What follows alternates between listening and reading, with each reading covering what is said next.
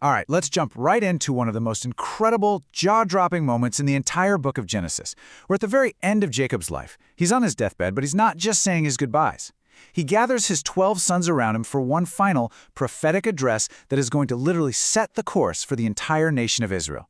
This is so much more than a farewell. And right out of the gate, you can just feel the weight of this moment. Jacob says, "Gather yourselves together, that I may tell you what will happen to you in the last days." That phrase, the last days, tells you everything. This isn't just about the next few years. Jacob, inspired by God, is about to pull back the curtain and lay out a divine roadmap for the future of his people. So how does this all begin? Well, Jacob starts with his oldest sons, and we immediately see this powerful theme emerge. Your character, your actions, they define your destiny. The words he has for his firstborn aren't just based on their birth order, they're a direct result of their past choices and the state of their hearts. And it is striking just how directly sin leads to consequence here. Look at Reuben, the firstborn.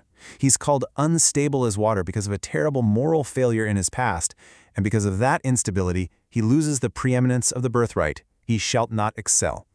Then you've got Simeon and Levi. Their sin was a shared one, that violent, brutal massacre at Shechem. So their judgment is also shared. They're going to be scattered and divided within Israel. Their tribes will never really get their own solid piece of land. And this really makes you stop and think, right? Why was character so absolutely foundational to the future of an entire people group?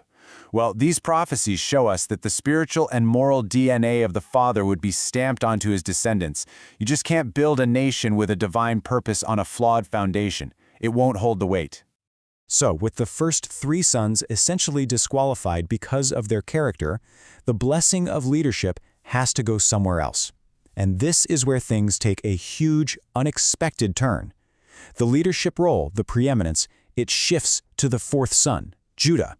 And what Jacob says about him becomes one of the most important prophecies in the entire Bible. I mean, just listen to the complete shift in tone here. Judah will be praised. He'll be victorious. He's compared to a lion, the very symbol of strength, royalty, and unquestioned authority. It's this powerful imagery of leadership. But the key phrase, the one that changes everything, is the last one. The scepter shall not depart from him. This is an undeniable promise of a royal line. And it all builds to this one incredible phrase, until Shiloh come. So get this. Judah's tribe will hold the scepter, the right to rule, until a very specific person arrives. Shiloh is understood to mean he to whom it belongs or the bringer of peace. It's a direct, stunning prophecy of the Messiah. This is the prophecy that establishes the royal lineage that King David would come from, and ultimately, the lineage of Jesus Christ himself. It's absolutely foundational to everything. Now, after that monumental prophecy about Judah, Jacob just keeps right on going down the line, addressing his other sons. And what we see isn't just a repeat performance. Instead, we get this beautiful, diverse tapestry of callings. Each tribe is given its own unique identity, its own specific role to play in the future nation of Israel. And you can see these unique identities really taking shape. You've got Zebulun, destined for the sea, for trade. There's Issachar, a strong but humble servant. Dan is described as a cunning, serpent by the way, which hints at a tribe that's strategic, maybe a little tricky. You go from the fertile fields of Asher to produce food fit for kings, to the eloquent words of Naphtali, and then to the fierce warriors of Benjamin, described as a ravenous wolf. Each one is a distinct piece of the whole puzzle. And then we get to Joseph.